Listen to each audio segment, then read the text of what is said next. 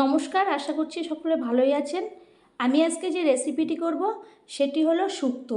তো গরমের দিনে কিংবা কারোর শরীর টরীর খারাপ করলে একবার হলো এরকম একটা শুক্তো করবেন, খুব অল্প উপকরণে খুব ভালো লাগবে। আমি কাঁচকলা, করলা, পেঁপে, আলু, বড়ি এইসব দিয়ে শুক্তোটা করব। আর বেশি কিছু সবজি ব্যবহার করব না। এদিকে একটা সরাসরি কড়াই বসিয়ে দিলাম। কড়াইয়ের মধ্যে প্রথমে আমি কিছুটা পাঁচফোড়ন দিয়ে খোলা একদম শুকনো কড়াইতে আমি এটাকে ভালো করে টেলে নেব। তো চ্যানেলটি যদি এখনও আপনারা সাবস্ক্রাইব না করে থাকেন তো প্লিজ সাবস্ক্রাইব করবেন, লাইক শেয়ার কমেন্ট করবেন, পাশে থাকা বেল বাটনটি টিপেন, তাহলে যে কোনো রেসিপি আপনাদের কাছে আগে পৌঁছাবে। এরপরে পাঁচফোড়নটা একটু ভাজা ভাজা গন্ধ বেরোলে আমি ওটাকে ওই একটা বাটির মধ্যে সাঁড়াশি দিয়ে ঢেলে নেব। তারপরে ওই কড়াইয়ের মধ্যে দিয়ে দেবো এবার সাদা তেল দিয়ে আমি বড়ি ভেজে নেব। কটা বড়িকে ভালো করে লালচে লালচে করে ভেজে নেব। তো আপনারা অনেকে অনেক রকম সবজি দিয়েই এই শুক্তো করে থাকেন। তো আমি খুব অল্প উপকরণ দিয়ে, খুব অল্প সবজি দিয়ে এই শুক্তোটা করব। তাতে যেটুকখানি প্রয়োজন সেইটুকখানি মানুষের শরীরে রাখবে, এক্সট্রা কিছু আমি ব্যবহার করিনি। এরপরে বড়িগুলোকে লাল করে ভেজে তুলে নেব। তুলে নেওয়ার পরে আমি ওই কড়াইয়ের মধ্যে আবারও দিয়ে দেব সর্ষের তেল দিয়ে এই শুক্তোটা রান্না করব, তাতে টেস্টটা ভালো আসবে। এরপরে আমি তেলটা গরম হতেই ওর মধ্যে আমি একদম লম্বা করে আমি আলু কেটে রেখেছিলাম। সব কটা সবজি লম্বা লম্বা করে কেটে দিলেই দেখতে ভালো লাগে। তো আলুগুলোকে দিয়ে আমি ভালো করে খুন্তি দিয়ে নাড়াচাড়া করে একটু লালচে করে ভেজে নেব। একটু লালচে মতন হয়ে গেলে, যেহেতু পাতলা করে কাটা, আমি একটা হাতার সাহায্যে তেল ঝরিয়ে একটা থালার মধ্যে তুলে নেব। তো এইভাবে আলুগুলোকে আমি তুলে নিলাম। তুলে নেওয়ার পরে ওর মধ্যে আমি এরপরে আলুটা তোলা হয়ে গেলে দিয়ে দেবো কাঁচকলাকেও একটা কলাকে আমি 4টে ফালি লম্বা লম্বা করে কেটেছি। তো কাঁচকলাগুলো দিয়ে আমি এবার ভাজা করে নেব। কাঁচকলা বেশি একটা সময় লাগে না ভাজতে, খুব অল্প সময় ভাজা হয়ে যায়। শুধু একটু নাড়াচাড়া করে একটু লাল করে তুলে নেব। আবারও হাতার সাহায্যে আমি ভালো করে তেল ঝরিয়ে কাঁচকলাগুলোকে আমি তুলে নেব। এইভাবে যে কটা সবজি আছে আমি ভেজে নেব। এরপরে আমি ভেজে নেব করলাগুলোকেও আমি লম্বা লম্বা করে সরু সরু করে কেটে নিয়েছি।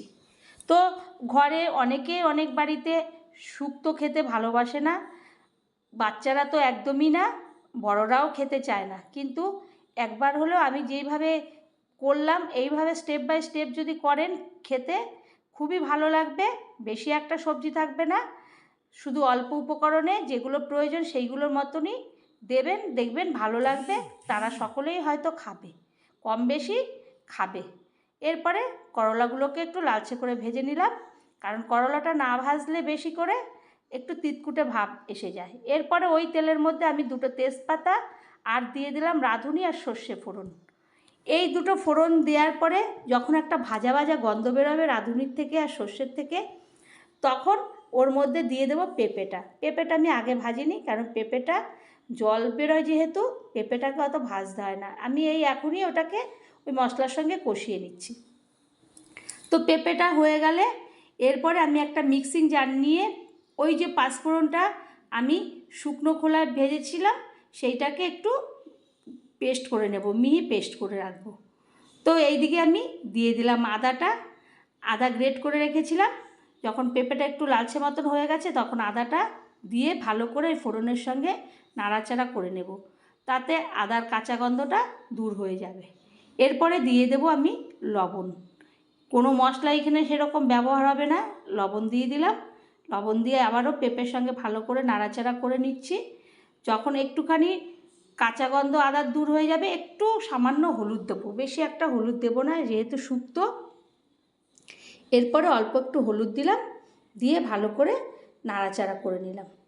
এরপরে আমি যে ভাজা সবজিগুলো রেখেছিলাম, আলু, কাঁচকলা আর করলা, সেইটাকে এরপর দিয়ে দিলাম।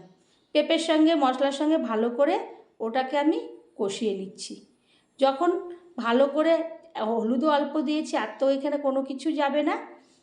এরপরে ভালো করে নাড়াচাড়া করছি। নাড়াচাড়া করে যখন একটুখানি, আগে তো ভাজাই হয়ে গেছিলো, তারপরে আমি ওর মধ্যে দিয়ে দেব একটু সর্ষে বাটা। সর্ষে বাটা একটুখানি দিলে ভালো লাগে, টেস্ট লাগে। তো সর্ষে বাটাটা মিক্সিং জার দিয়ে দিলাম। দিয়ে এরপরে ভালো করে আমি আবারও ওটাকে নাড়াচাড়া করে নিচ্ছি, ভালো করে যাতে সর্ষেটার থেকে একটু গন্ধ দূর হয়ে আসে ততক্ষণ পর্যন্ত আমি নেড়ে যাচ্ছি। এরপরে আমি ওই মিক্সিং জার ধুয়েই সর্ষেগুলো লেগেছিল ওই জলটা দিয়ে দিলাম, একবারে আমার জলটাও দেওয়া হয়ে গেল। একটু বেশি জল দিতে হবে কারণ এইগুলো ফুটবে। জলটাকে ভালো করে দিয়ে দিলাম, দিয়ে সমস্ত মশলার সঙ্গে একসঙ্গে ভালো করে মিশিয়ে আমি একটা ঢাকনা চাপা দিয়ে দেব। ঢাকনাটাকে আমি চাপা দিলাম, প্রায় 5 মিনিট পরে আমি আবারও ঢাকনাটাকে তুলে এরপরে দেখব যেহেতু পেঁপে আছে, আলুটাও পাতলা করে দেওয়া, আলুটা সিদ্ধ হয়ে যাবে, আর সিদ্ধ হওয়ার মতো কিছু এমন সবজি নেই। তখন আমি ওর মধ্যে দিয়ে দেব চিনি।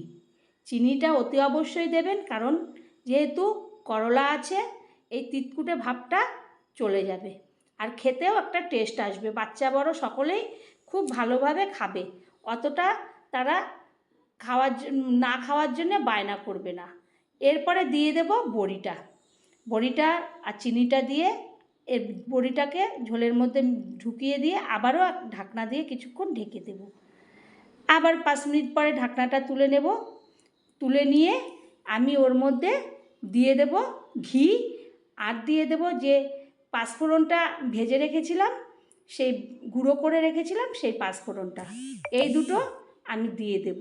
দিয়ে এরপরে আমি গ্যাসটাকে বন্ধ করে দেব যাতে ওই পাঁচফোড়ন ভাজা আর ঘিয়ের গন্ধটা ঠিকঠাক থাকে, না হলে উবে যাবে। গ্যাসটা বন্ধ করে দিলাম। কিছুক্ষণ পরে আমি ওটাকে একটা সাঁড়াশি দিয়ে ধরে কড়াইটাকে একটা বাটির মধ্যে ঢেলে নেব। তো বন্ধুরা, আমি এই শুক্তোটা খুব অল্প উপকরণে খুব স্বাস্থ্যকর মতন করেছি।